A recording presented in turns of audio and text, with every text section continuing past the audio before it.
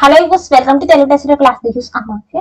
So psychology సంబంధించి parts అనేవి discuss చేసుకుంటూ వెళ్తున్నాం కదా. సో ఓవరాల్ గా నేను 5 పార్ట్స్ ఉంటాయని చెప్పాను కదండి. సో 3 పార్ట్స్ ఆల్రెడీ మనం డిస్కస్ చేస్తాం. ఇది 4th పార్ట్. ఎవరైనా చూడకపోతే తప్పకుండా చూడండి, డిస్క్రిప్షన్ లో లింక్ ఇచ్చాను. సో ఈ నోట్స్ పీడిఎఫ్ ఏదైతే ఉందో, ఈ నోట్స్ పీడిఎఫ్ అనేది మీకు చక్కగా టెలిగ్రామ్ గ్రూప్ లో అలాగే వాట్సాప్ గ్రూప్ లో నేను షేర్ చేస్తున్నాను. సో అక్కడ తప్పకుండా జాయిన్ అవ్వండి, డౌన్లోడ్ చేసుకుని చదవండి. సో దాని ఇది పార్ట్ 4 సైకాలజీ సంబంధించిన వీడియో. సో మనకి డిజిటల్ బోర్డ్ స్క్రీన్ మీద కన్నా ఇక్కడ హ్యాండ్ రిటన్ నోట్స్ అనేది మనకి ల్యాప్టాప్ స్క్రీన్ మీద చాలా చక్కగా కనిపిస్తుంది, విజిబుల్ అవుతుంది అనమాట.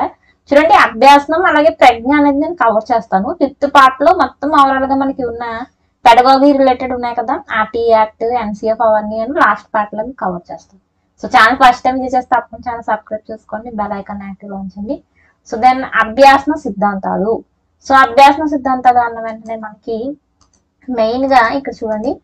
సో చూడండి, తప్పకుండా లైక్ తప్పకుండా చేయండి. సో మనకి ఫస్ట్ పార్టీకి వచ్చినంత లైక్స్ నెక్స్ట్ పార్ట్స్ రావట్లేదు.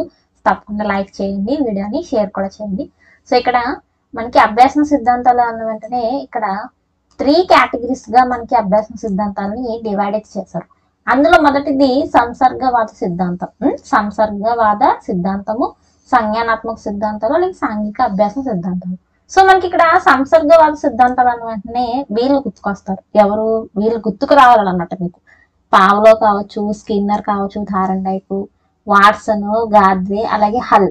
సో వీళ్ళందరినీ కూడా మనం సంసర్గవాదులు అని పిలుస్తాం. మీకు క్వశ్చన్ ఎలా వస్తుందంటే, ఈ కింది వాటిలో ఎవరు సంసర్గవాదులు, ఎవరు సంఖ్యానాత్మక సిద్ధాంతవాదులు, సాంఘిక అభ్యాస సిద్ధాంతాన్ని ఎవరు ప్రతిపాదించారు, అలా ఈజీ క్వశ్చన్స్ వస్తాయి. సో మనకి హల్ అనేవాడు, హల్ అభ్యాస సిద్ధాంతవేత్త. ఈయన అసలు ఏ వర్గానికి చెందినవాడు అంటే మనకి సంసర్గవాద సిద్ధాంతవేత్త అనమాట ఈయన. సో వీళ్ళని ఎందుకు పావ్లోవ్, స్కిన్నర్, థారండైక్, వాట్సన్, హల్ వీళ్ళందరినీ సంసర్గవాదులని ఎందుకు అన్నారంటే, వీళ్ళు ఏం చేశారంటే మనకి ఉద్దీపన ప్రతిస్పందన మధ్య అభ్యాసం అని తెలిపారండి. ఏంటి అంటే వీళ్ళ సిద్ధాంతాలన్నీ ఎక్కువ, వీళ్ళ సిద్ధాంతాల్లో ఉద్దీపనలు ప్రతిస్పందనలు ఉంటాయన్నమాట. సో అందుకే వీళ్ళని సంసర్గ. సో ఇక్కడ మనకు చూడండి, సంజ్ఞానాత్మక సిద్ధాంతవాదులు అంటే కోహ్లరు, లెవిన్ అలాగే టోల్మన్ ఉన్నారు. సో వీళ్ళని ఎందుకు సంజ్ఞానాత్మక సిద్ధాంతవాదులు అని పిలిచారంటే, వీళ్ళు ఎక్కువగా మానసిక అంశాలకి ఎక్కువ ప్రాధాన్యత ఇచ్చారండి. వీళ్ళు ఎవరు సంజ్ఞానాత్మక సిద్ధాంతవేత్తలు మానసిక ఆధారాలకు కావచ్చు, మానసిక అంశాలకు, అభ్యాసంలో మానసిక అంశాలకు ప్రాధాన్యత ఇచ్చారు. ఈ సంసర్గవాద సిద్ధాంతవేత్తలందరూ కూడా ఉద్దీపన ప్రతిస్పందనలకి ఎక్కువగా మనకి ఏంటంటే ఇంపార్టెన్స్ ఇచ్చారనమాట. ఇంకా లాస్ట్ వన్ సాంఘిక అభ్యాస సిద్ధాంతం. ఇది ఆల్బర్ట్ బండూరా అనేవాడు మనకి ఈ సాంఘిక అభ్యాస సిద్ధాంతాన్ని ప్రతిపాదించారు. సో ఇక్కడ మనకి ఈ విధంగా మెయిన్ గా 3 కేటగిరీస్ లో మనకి అభ్యాసన సిద్ధాంతం అనేది ఉందన్నమాట. అభ్యాసన సిద్ధాంతాలని డివైడ్ చేశారు. ఫస్ట్ సిద్ధాంతం సరికి ఇవాన్ పావ్లో సిద్ధాంతం. సో ఇక్కడ నేను రాసాను చూసారా, ఇవి చాలా ఇంపార్టెంట్ అనమాట. ఇది ఇవాన్ పావ్లో రచించిన బుక్స్ అండి. చూడండి, the work of digestive glance. మీకు తప్పకుండా ఒక రైటర్ గురించి తప్పకుండా అడుగుతాడు. ఇవాన్ పావ్లో కావచ్చు, పియాజే, కోల్బర్గ్ వాళ్ళు రాసిన, ఎరిక్సన్ వీళ్ళందరూ, కార్ల్ రోజర్స్ రాసిన ప్రతి ఆల్రెడీ నేను షేర్ చేసేస్తాను టెలిగ్రామ్ లో. అందరూ మనకి సైకాలజిస్టులు ఎవరైతే ఉన్నారో సైకాలజీలో అందరూ రాసిన బుక్స్ తప్పకుండా మీరు చదువుకుని వెళ్ళాలి. ఇవాన్ పావ్లో ఈ 2 బుక్స్ రాశారనమాట, ఇంపార్టెంట్. అయితే ఈయన మనకి సిద్ధాంతం ఏమి ఇచ్చారు, ఇవాన్ పావ్లో ఇచ్చిన సిద్ధాంతం ఏంటంటే మనకి చూడండి. సో ఇవాన్ పావ్లో ఇచ్చిన సిద్ధాంతంలో మెయిన్ గా మనకి ఇవి కనిపిస్తూ ఉంటాయి. గంట శబ్దము, ఆహారము అలాగే లాలాజలం, ఈ 3 పదాలు ఎక్కువగా మనకి వినిపిస్తూ ఉంటాయి అనమాట. సో చాలా మందికి ఇవాన్ పావ్లో సిద్ధాంతం అన్న వెంటనే మనకి ఎవరు గుర్తుకు రావాలంటే మెయిన్ డాగ్ అయితే గుర్తుకొస్తుంది అనమాట, కుక్క అనేది గుర్తుకొస్తుంది, అలాగే గంట శబ్దం అనేది గుర్తుకొస్తుంది. సో అయితే ఇక్కడ ఇవాన్ పావ్లో చాలా జంతువుల మీద అయితే ఈయన పరిశోధన చేశారు. కానీ ఈయన చేసిన ఫేమస్ ఏంటంటే కుక్క మీద ఈయన చేసిన ఈ సిద్ధాంతం అండి. సో దీన్నే పావ్లో శాస్త్రీయ నిబంధన అని పిలుస్తారు. ఏంటి పావ్లో శాస్త్రీయ నిబంధన సిద్ధాంతం. సో మీకు అందరికీ తెలుస్తుందే. సో అందరం నేర్చుకునే ఉంటారు. చాలా ఇంపార్టెంట్ అండి. ఇక్కడ నుండి తప్పకుండా ఒక క్వశ్చన్ అయితే తప్పకుండా వస్తుంది. అయితే ఏమిటి అసలు ఈ శాస్త్రీయ నిబంధన సిద్ధాంతం అనేది ఏమిటి అనేది ఒకసారి చూద్దాం. సో ఇక్కడ ఏం జరుగుతుందంటే, ఇవాన్ పావ్లో ముందు ఇక్కడ ఒక కుక్కని ఏంటంటే తన ప్రయోగం కోసం ఒక కుక్కనైతే ఎంచుకోవడం జరిగింది.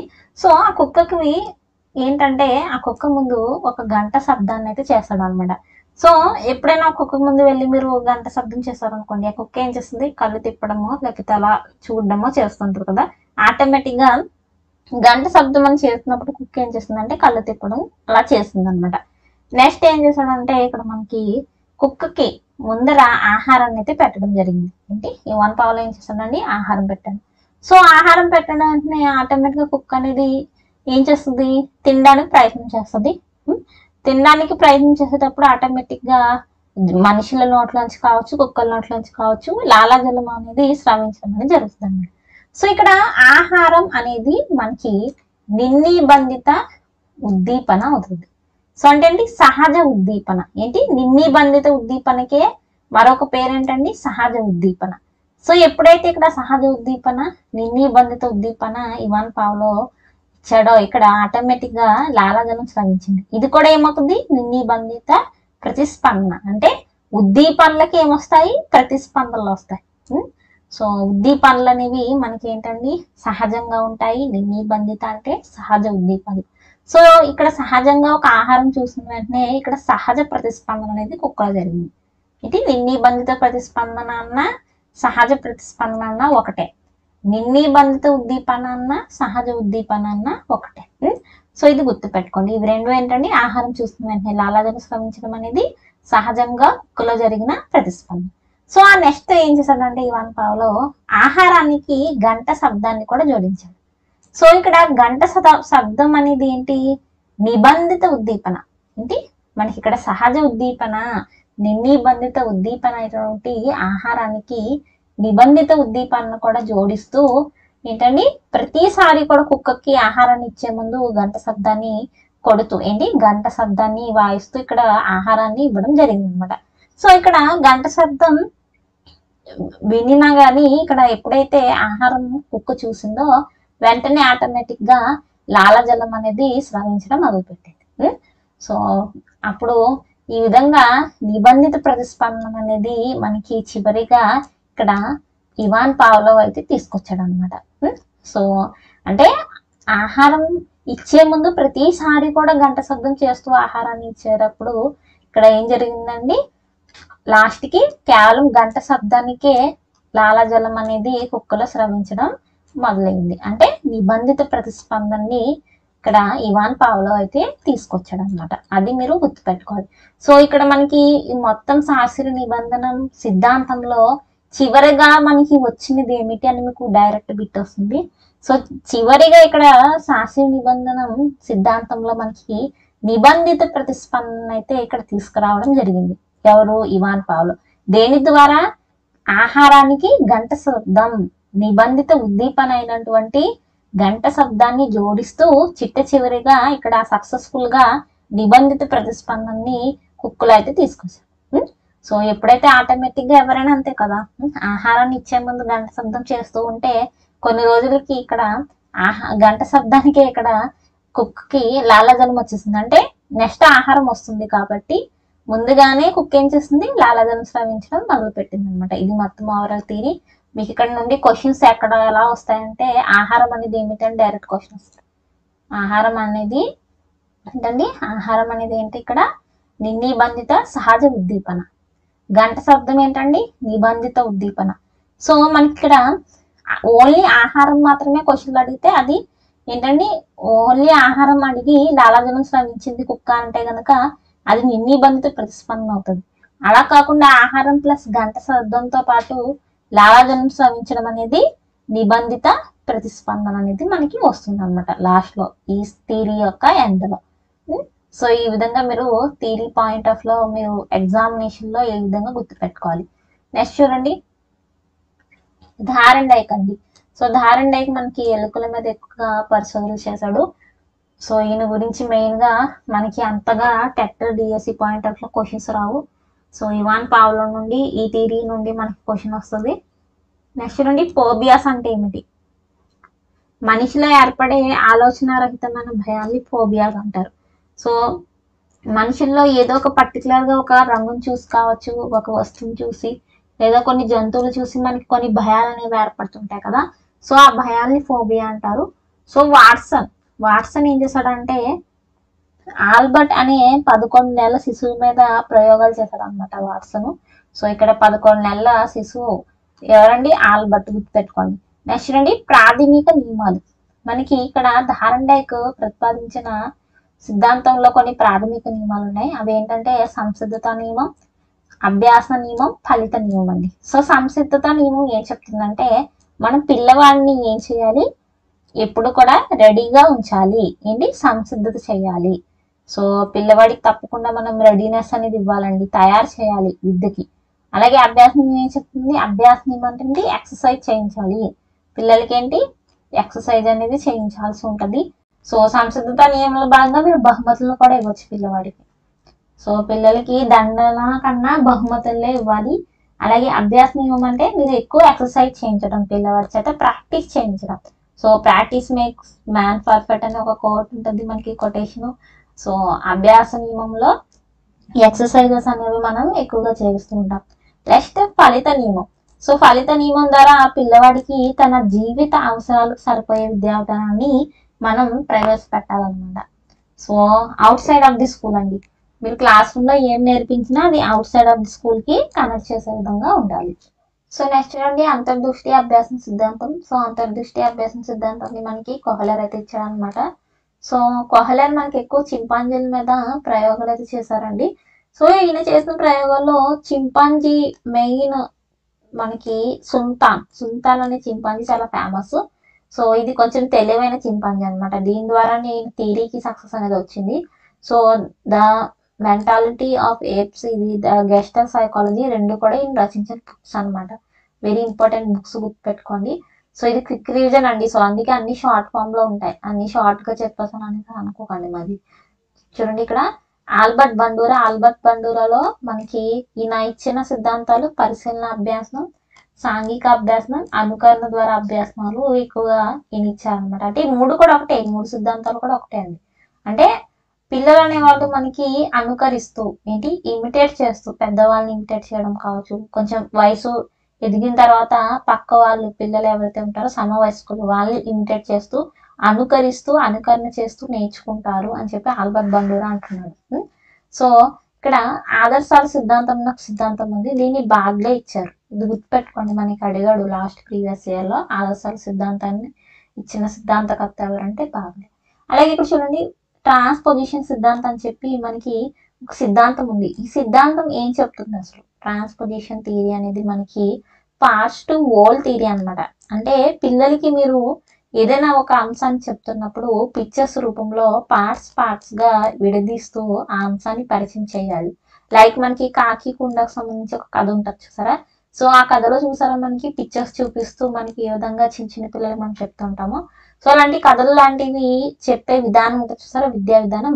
దాన్ని మనకి ట్రాన్స్పోజిషన్ థియరీ అనే ఒక థియరీ ద్వారా, ఒక సిద్ధాంతం ద్వారా మనకి పిల్లల్లో పార్ట్స్ టు హోల్ థియరీ అనేది అభ్యాసం పార్ట్స్ టు హోల్ వైపు గా వెళ్ళాలి అని చెప్పి మనకి ఈ థియరీ చెప్తుంది, గుర్తుపెట్టుకోండి. నెక్స్ట్ అభ్యాసన బదలాయింపు. మనకి అభ్యాసన బదలాయింపులు అనేవి 4 రకాలు, చాలా ఇంపార్టెంట్ ఈ 4 కూడా.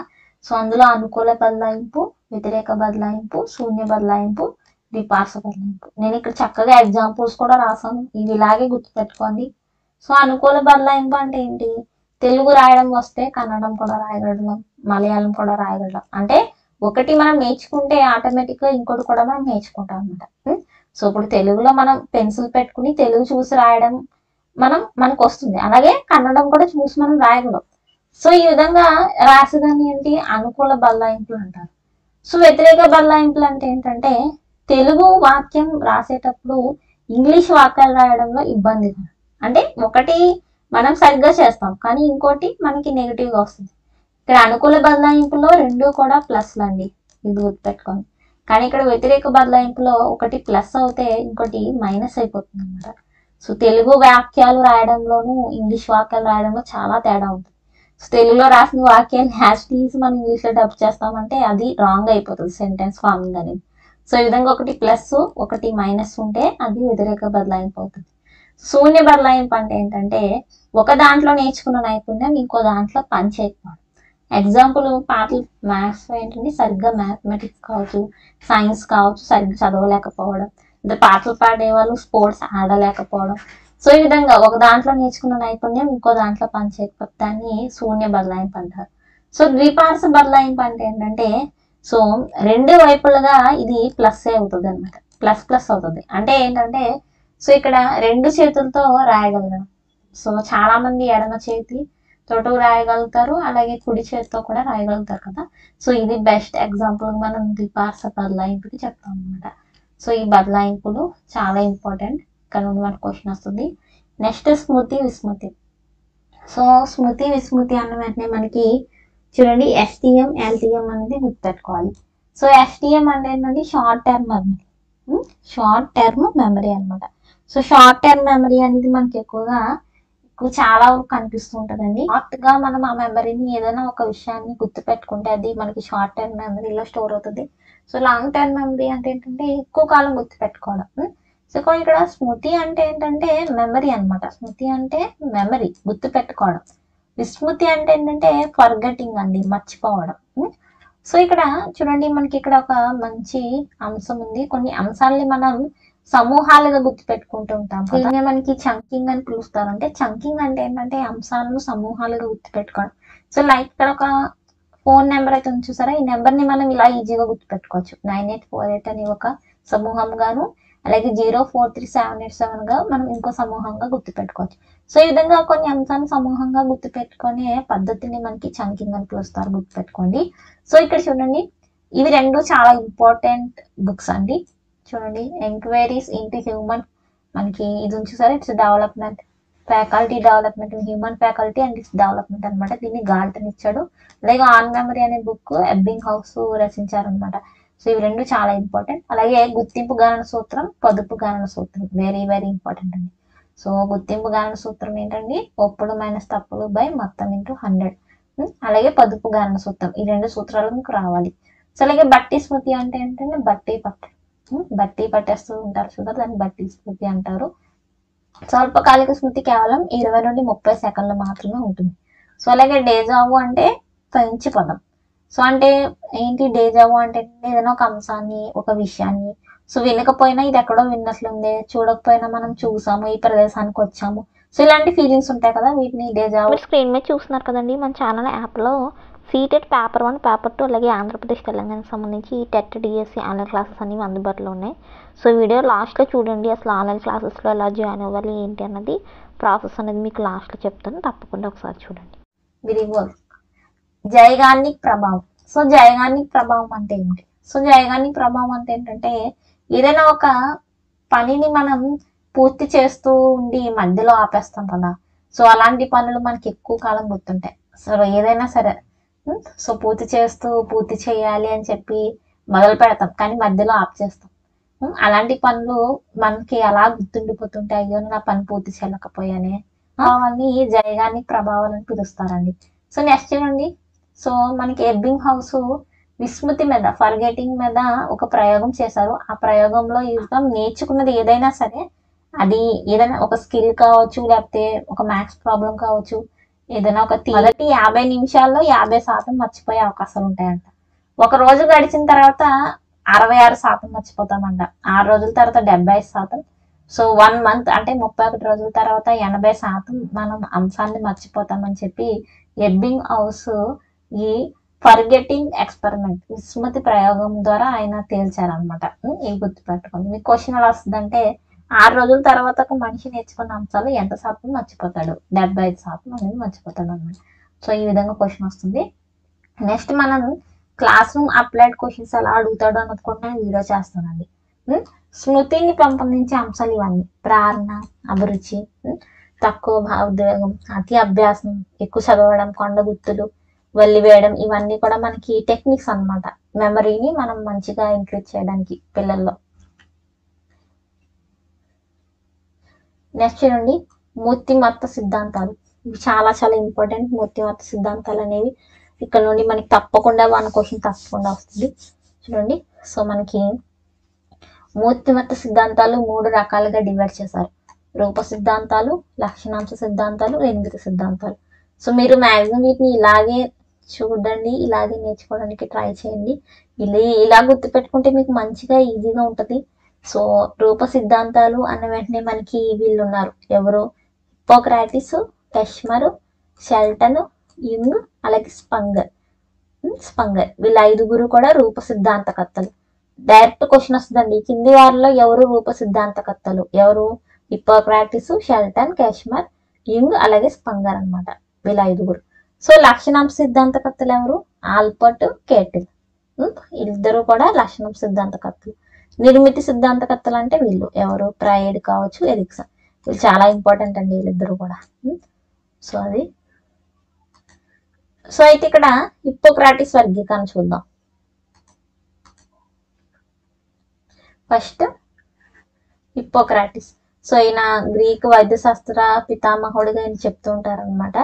సో ఈయనలో మనకి హిప్పోక్రాటిస్ వర్గీకరణలో 4 ఉంటారు. ఎవరు? ఔస్తాకిలని, పైసల ప్రవృత్తి కలవారు, శాశ్మ ప్రవృత్తి కలవారు, విషణ్ణులు. సో ఇక్కడ ఏంటంటే ఔస్తాకిలు ఎప్పుడు కూడా ఆశావాదులుగా ఉంటారు, ఉద్వేగపరంగా శారీరకంగా బలంగా ఉంటారు, సర్దుబాటు ఎక్కువగా ఉంటారు. ఇలాంటివన్నీ లక్షణాలు ఎక్కువ మనకి ఔస్తాకిల్లో కనిపిస్తుంటాయి. సో పైతర ప్రవృత్తి కల వాళ్ళు ఎలా ఉంటారంటే కోపశీలు, ఎక్కువ కోపంగా, చిరాగ్గా, ఉద్వేగపరంగా బలహీనంగా ఉండే వాళ్ళని పైతర ప్రవృత్తి కలవారు అని చెప్పి మనకి హిప్పోక్రాటిస్ అంటున్నాడు. శాశ్మ ప్రవృత్తి కలవారు అంటే వీళ్ళ శాశ్మ ఎక్కువ ఉంటుంది, ప్రతి కూడా సోమరితనం ఎక్కువ చూపిస్తుంటారు అనమాట. నిదానంగా చేద్దాం, రేపు చేసుకుందాం, ఎల్లుండి చేసుకుందాం.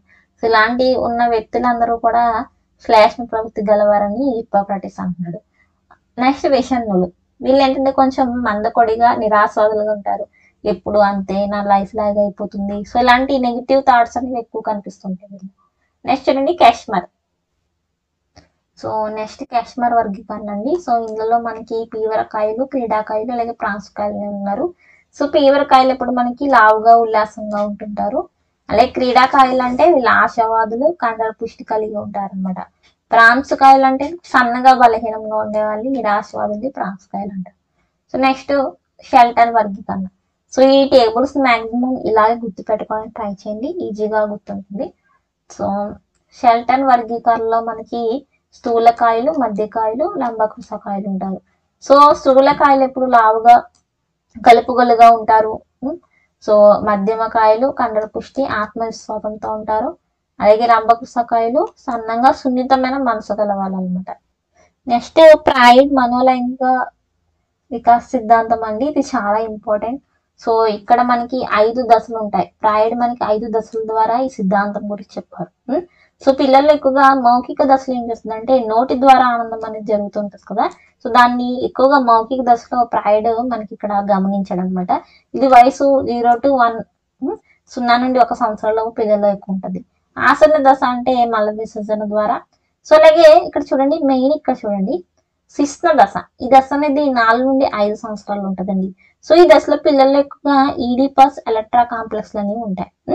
సో ఈడిపస్ అంటే ఏంటి? ఈడిపస్ అంటే ఏంటి? మనకి ఈడిపస్ అంటే ఏమిటి?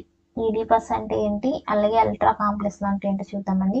సో మనకి ఎలక్ట్రా కాంప్లెక్స్ అంటే ఏంటంటే, సో 4 నుండి 5 సంవత్సరాలు గల పిల్లలు ఎక్కువగా మనకి చూడండి, ఆడపిల్లలు ఎక్కువగా తండ్రి మీద. సో మాక్సిమం మనకి చూడండి ఆడపిల్లలు ఎక్కువగా తండ్రిని బాగా ఇష్టపడుతుంటారు. అలాగే ఈడిపస్ లో ఇక్కడ బాయ్స్, అబ్బాయిలు ఈ ఏజ్ లో చూడండి 4 నుండి 5 సంవత్సరాల పిల్లలు ఎక్కువగా తల్లిని ఎక్కువగా ఇక్కడ మక్కువ చూపిస్తూ ఉంటారు అనమాట, తల్లి మీద. సో ఇలాగే అటాచ్మెంట్ అనేది ఎక్కువ ఉంటుంది చూసారా.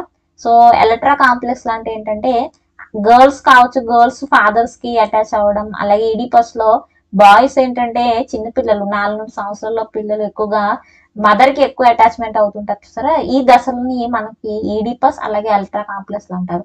సో నెక్స్ట్ గుప్త దశ. ఈ దశ అనేది మనకి 6 నుండి 11 సంవత్సరాల లోపు ఉంటాయి. సో ఇలాంటి ఈ ఏజ్ లో పిల్లలు ఏంటంటే తదాత్మీకరణ చెందుతారు. అంటే ఏంటంటే మాక్సిమం గర్ల్స్ ఏమో అమ్మతో, అలాగే బాయ్స్ ఏమో ఎక్కువగా ఫాదర్ తో అటాచ్మెంట్ అనేది అలా క్రమంగా పెరుగుతుంటది అనమాట. సో ఇది మనకి గుప్త దశలో ఎక్కువ కనిపిస్తుంటది. నెక్స్ట్ లాస్ట్ దశకు వచ్చేసరికి మనకి భిన్న లైంగిక వస్తే అంటే ఆపోజిట్ జెండర్ మీద ఎక్కువ అటాచ్మెంట్ అనేది ఉంటుంది, అట్రాక్షన్ అనేది ఉంటుంది. సో ఈ విధంగా ఇన్ని దశల్లో 5 దశల్లో మనకి ప్రైడ్ అయితే ఈ సిద్ధాంతాన్ని అయితే ఇవ్వడం జరిగింది. నెక్స్ట్ మనకి ఇక్కడ ప్రైడే ఇక్కడ చలన శక్తి, అద్విత శక్తి, అలాగే శరీరోపత శక్తి అని చెప్పి మనకి 3 ఇవ్వడం జరిగింది. చూడండి ఇందులో చలన శక్తిలో ఇడ్, ఈగో, సూపర్ ఈగో గురించి చెప్పారండి. ఇడ్ అంటే ఏంటంటే ఇడ్ అనేది ఎప్పుడు కూడా ఆనంద సూత్రం మీద వర్క్ చేస్తుంటది. ఈగో అనేది వాస్తవికత సూత్రం మీద వర్క్ చేస్తుంటది. సూపర్ ఈగో అనేది నైతిక సూత్రం. సో ఇక్కడ ఇడ్ ఆనంద సూత్రం. దీనికి బెస్ట్ ఎగ్జాంపుల్ ఏంటంటే మనం ఏదైనా రాస్తున్నప్పుడు స్టూడెంట్స్ ఎక్కువగా ఎగ్జామ్ హాల్లో ఎగ్జామ్ రాస్తున్నప్పుడు కాపీ చేసేసారు అనుకోండి, సో అది ఆనంద సూత్రం అంట. ఏదైతే నేను కాపీ చేసేసి రాసేసి మార్కులు పొందడం అనేది ఆనంద సూత్రం. నెక్స్ట్ వాస్తవికత సూత్రం అంటే ఏంటంటే, సో బాబాయ్ కాపీ చేస్తే న్యూస్ లెటర్ బయటకు పంపించేస్తాడు, మనసు కొంచెం భయం ఉంటుంది చూసారా, దాన్ని వాస్తవిక సూత్రం అంటారు. సూపర్ ఈగోలో నైతిక సూత్రం అంటే ఏంటంటే, కాపీ చేయడానికి అవకాశం ఉన్నా కాపీ చేయకుండా నాకు వచ్చిందని రాసుకుంటాను అని చూసారా, అది సూపర్ ఈగోలో నైతిక సూత్రం భాగంలో ఉంటుంది. నెక్స్ట్ అర్జిత శక్తి. ఇది ఎరాస్ అలాగే ధనాటస్ లో ఉంటుంది. సో మనం జీవితంలో జీవితేచ్ఛ కోరికలు కావచ్చండి, మనం ఇలా బతకాలి ఇలా ఉండాలనుకుంటున్నాం, ఇవన్నీ ఎరాస్ లో ఉంటాయి. సో ధనాటస్ అంటే మన్నేచ్ఛత అంశాలు కోరికలు అనేవి మనకి ధనాటస్ లో ఉంటాయండి. సో ఈ విధంగా షార్ట్ ఫామ్ లో మీరు గుర్తుపెట్టుకోండి. సో అలాగే చేతనం, ఒక వ్యక్తిలో కనిపించే బాహ్య ప్రవర్తన అంశాలని చేతనంలో మనకి ఉంటాయి. అలాగే ఉపచేతనం అనేది జ్ఞప్తికి తెచ్చుకోగలిగే బాహ్య ప్రవర్తన. సో ఏదైనా అంశాలు మనం ఎప్పుడో మర్చిపోయే అంశాలు మళ్ళీ జ్ఞప్తికి తెచ్చుకోగలిగితే అవి ఉపచేతనంలోకి వస్తాయి. సో అచేతనం అంటే ఏంటంటే ఎప్పుడో ఉన్న అంశాలు అనమాట, నిగూఢమైన ప్రవర్తన అంశాలు అనేవి మనకి అచేతనంలో ఉంటాయి. సో మెయిన్ గా ఇక్కడ మనకి ఎక్కువగా వచ్చేవి క్వశ్చన్స్ ఏంటంటే మన్నేచ్ఛత అంశాలు ఇవన్నీ కూడా మనకి ఎక్కడ కనిపిస్తాయి అనేసి మనకి ఎక్కువగా క్వశ్చన్స్ అనేవి మనకి వస్తుంటాయి. సంఘర్షణల వల్ల కావచ్చు, రుగ్మతలుగా కావచ్చు, లేకపోతే ఏమైనా మాటల ద్వారా మనకు గాయపడిన సో అంశాలు మనకి ధనాటస్ లో ఉంటాయి. సో ఎరాస్ లో అంటే ఒక మనిషి జీవించాలి, ఇతరులతో సహజత్వంగా సంతోషంగా ఎలా ఉండాలి, ఆ అంశాలన్నీ కూడా మనకి ఎరాస్ లో వస్తాయి.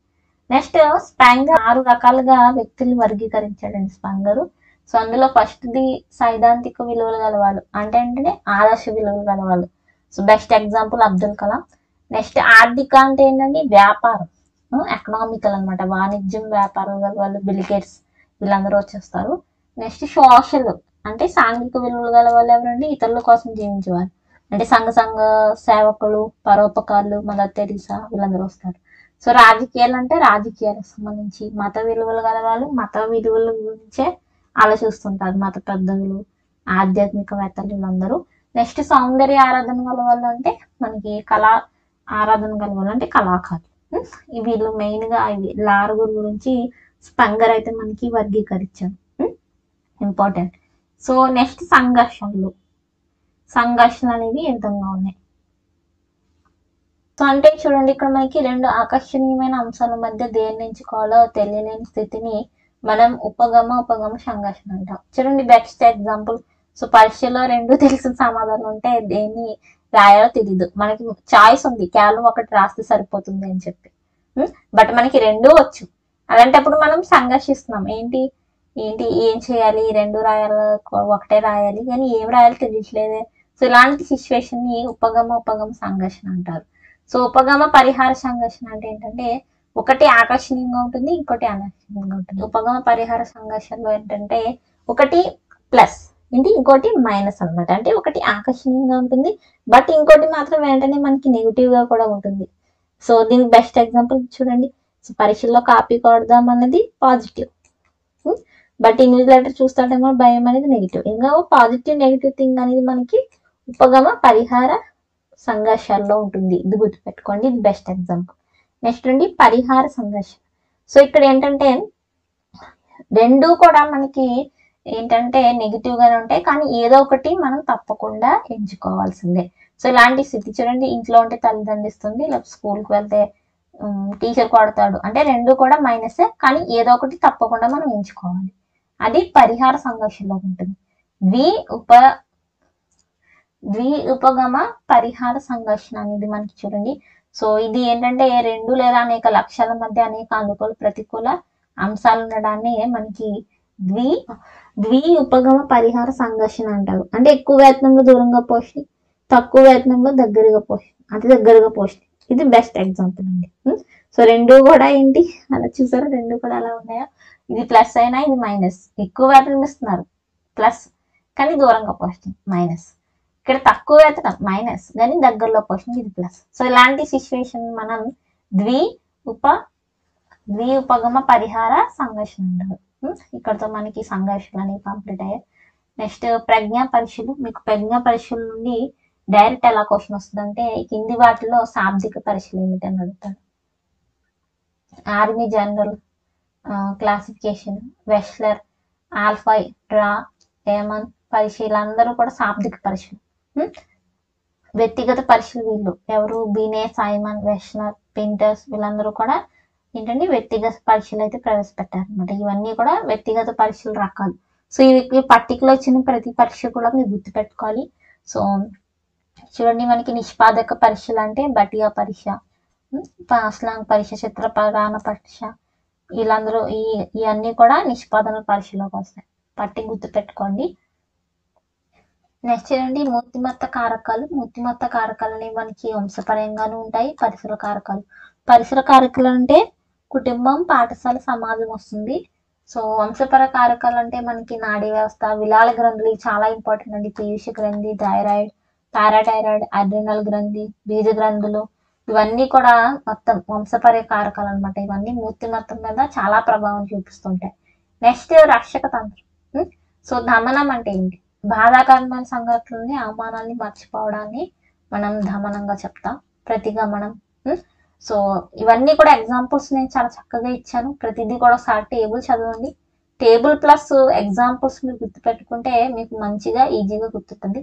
మెయిన్ ఇది చాలా ఇంపార్టెంట్ అండి, తదాత్మీకరణం. సో తదాత్మీకరణం అంటే ఏంటంటే, సో దీనికి బెస్ట్ ఎగ్జాంపుల్ చూడండి.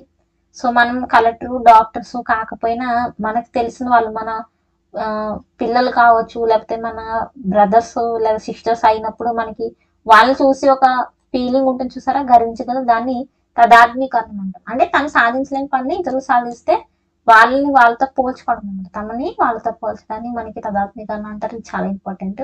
సో అలాగే స్వైర కల్పనం అంటే పగటి కళ్ళు కనడం అనమాట.